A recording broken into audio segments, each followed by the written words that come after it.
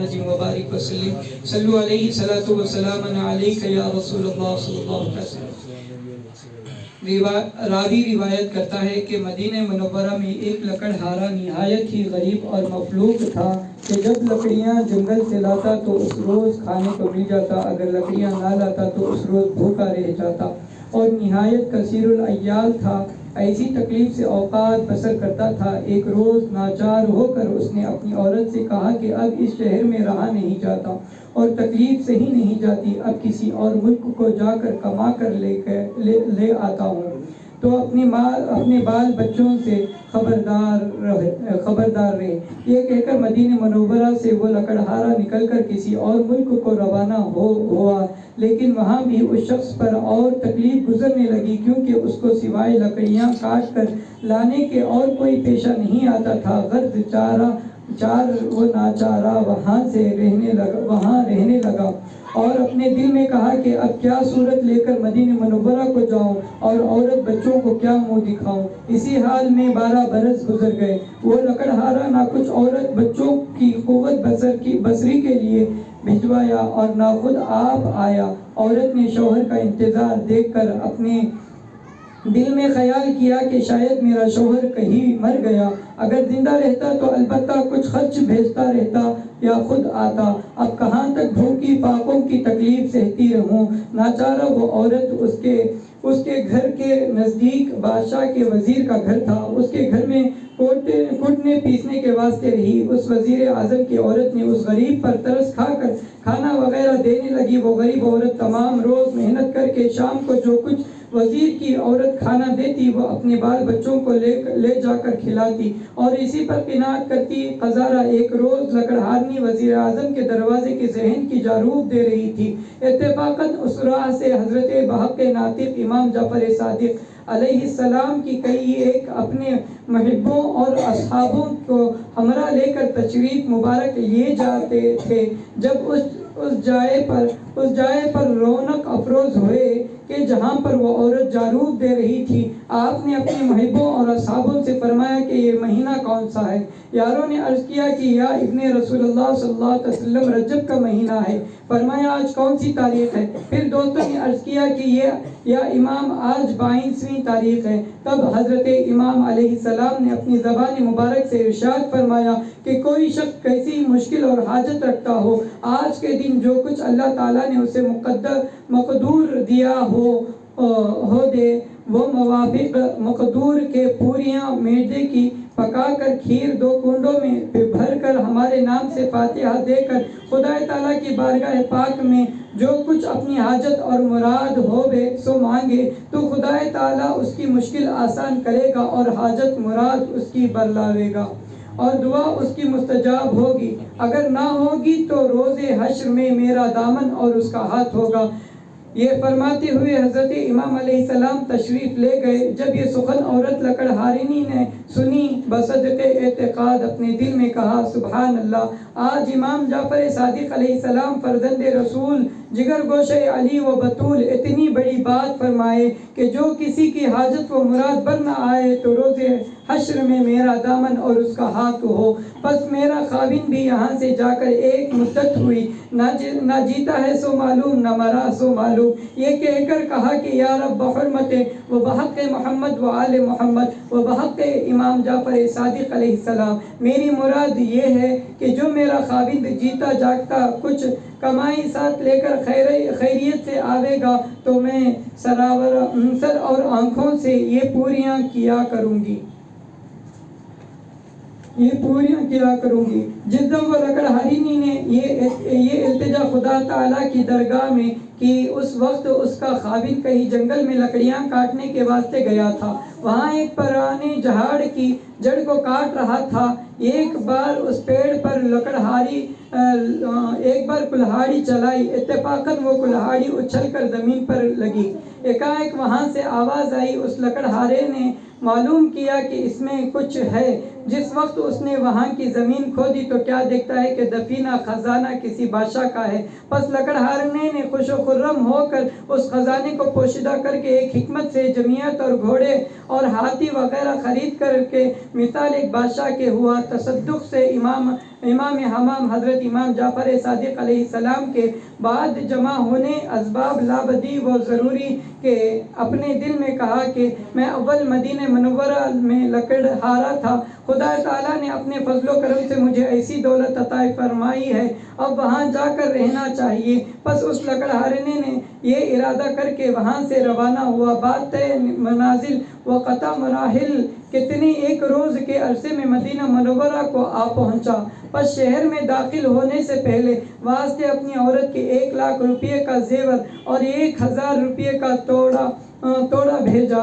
بعدہ آپ خود آیا۔ عورت اور مرد دونوں خوش و خرم مرفوع الحال زندگی بسر کرنے لگے کہ ہر روز عید تھی اور رات شب برات۔ اسی طرح صدقے سے حضرت امام جعفر صادق علیہ السلام کے بسر اوقات کرتا تھا۔ ایک روز اس عورت نے اپنے شوہر سے پوچھا کہ یہ دولت و مال تجھے کیوں کر اور کہاں ملا؟ تب اس لکڑہارنے نے تمام حقیقت اور سرگزشت جو اپنے اوپر گزری اور مال ملا سو بیان کیا۔ اس عورت نے تاریخ دریافت کری تو وہی روز تھا کہ جس روز امام جعفر صادق علیہ السلام نے جو فرمایا تھا اور اپنے نظر کر کے مناجات کی تھی، حقیقت اور فرمان امام علیہ السلام کا اور کیفیت نظر کی تمام اظہار کی، اور مرد لکڑہارے نے یہ حقیقت سن کر صدق دل سے تصدیق کیا اور ایمان لایا، سر آنکھوں سے وہ نظر قبول کی۔ عورت اور مرد وہ نظر بصدق ایمان کرنے لگے۔ بعد اس کے لکڑہارے نے ایک حویلی رہنے کے واسطے تیار کرائی۔ اس کی دیواریں نہایت بلند تھی۔ اس شہر کے وزیر اعظم کی جو روح اپنے بالا خانے پر چڑھی کیا دیکھتی ہے کہ ایک حویلی شاہانہ عمدہ پر برپا ہے، جو آگے کبھی وہ حویلی نظر نہ آئی تھی۔ تب متعجب ہو کر اپنے لونڈیوں اور سہیلیوں سے پوچھا کہ خبر لو یہ مکان نو ساختہ کس کا ہے؟ بعد از آگاہی لونڈیوں اور سہیلیوں نے عرض کیا کہ یہ حویلی اس لکڑہارنی کی ہے جو آپ کے یہاں آ کر خدمت کرتی تھی۔ کہتے ہیں کہ اس کا مرد کہیں سے مل گیری کر کے کچھ دولت و مال لے آیا ہے، سو اس نے یہ مکان بنایا ہے۔ وزیر کی بیوی نے یہ بات سن کر بہت تعجب کیا۔ اس عورت یعنی لکڑہارنی کو بلوائے بھیجا۔ جس وقت وہ عورت اپنے مرد سے رخصت لے کر وزیر کی بیوی کے پاس آئی اور اپنے قاعدہ اصلی پر آداب بجا لائی، وزیر کی عورت نے اس کی خوب توقیر کی اور اپنے برابر بٹھایا اور حقیقت اس عورت سے پوچھی۔ اس نے کہا کہ میں یہ ایک روز تمہارے دروازے کے صحن میں جاروب کرتی تھی، اتنے میں حضرت امام حمام بحق ناطق جناب جعفر صادق علیہ السلام کا گزر ادھر سے ہوا۔ حضرت امام حمام علیہ السلام نے اپنے اصحابوں سے جو ان کے ساتھ تھے دریافت فرمایا کہ آج تاریخ کون سی ہے؟ اصحابوں نے عرض کیا یا ابن رسول اللہ صلی اللہ علیہ وسلم، یہ مہینہ رجب کا ہے اور تاریخ 22ویں ہے۔ حضرت امام امام علیہ السلام خیر الانام نے فرمایا کہ جو کوئی حاجت مند ہوئے اور کیسی ہی مشکل رکھتا ہوئے تو وہ آج کی تاریخ میں جو کچھ حق تعالیٰ نے اسے مقدور دیا ہوئے سو وہ پوریاں میدے کی تیار کر کے اور کھیر 2 کنڈوں میں بھر کر ہمارے نام سے فاتحہ دلوائے، اور جو کچھ حاجت اپنی ہوئے حق تعالیٰ کی درگاہ میں چاہے تو اس کی مراد اور حاجت بے شک بر آوے گی، اور کیسی مشکل رکھتا ہوئے تو مشکل آسان ہوئے گی، اور اگر نہ ہوگی تو روز محشر میں میرا دامن اور اس کا ہاتھ ہے۔ یہ فرماتے ہوئے حضرت امام علیہ السلام تشریف لے گئے۔ پس میں نے اپنے دل میں نیت کی کہ سبحان اللہ، آج امام دو جہاں اور فرزند رسول جگر گوشہ علی و بطول اس طرح فرمائے تو میرے خاوند کے گئے ہوئے ایک مدت ہوئی، خدا معلوم وہ جیتا ہے یا مرا ہے، اگر وہ اب کے حال کچھ کمائی لے کر آوے تو صدق دل سے یہ نظر بموجب فرمان امام علیہ السلام کروں گی،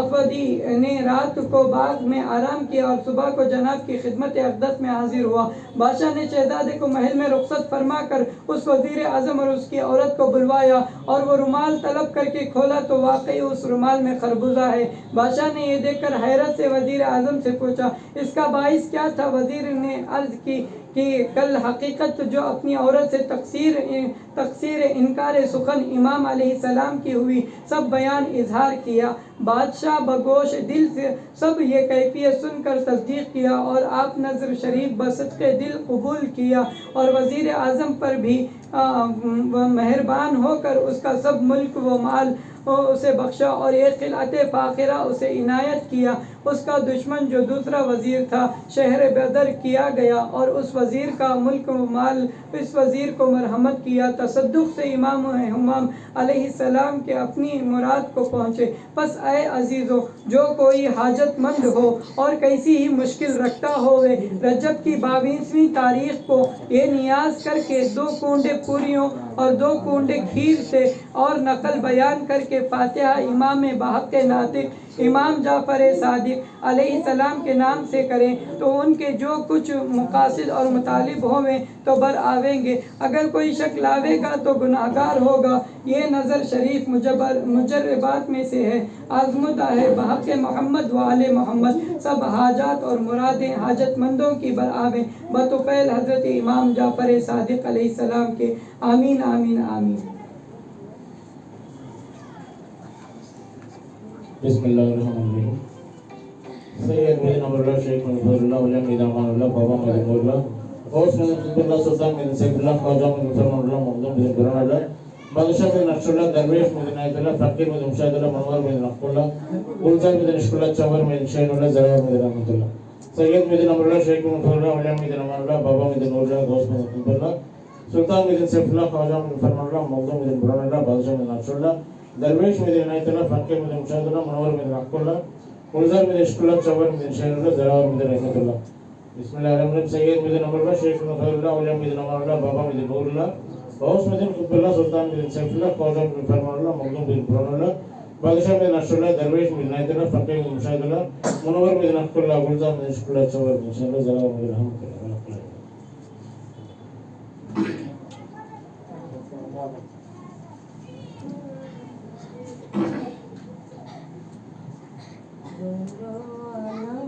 سنانے تیرے در پہ آ گئے، دل کی مراد پانے تیرے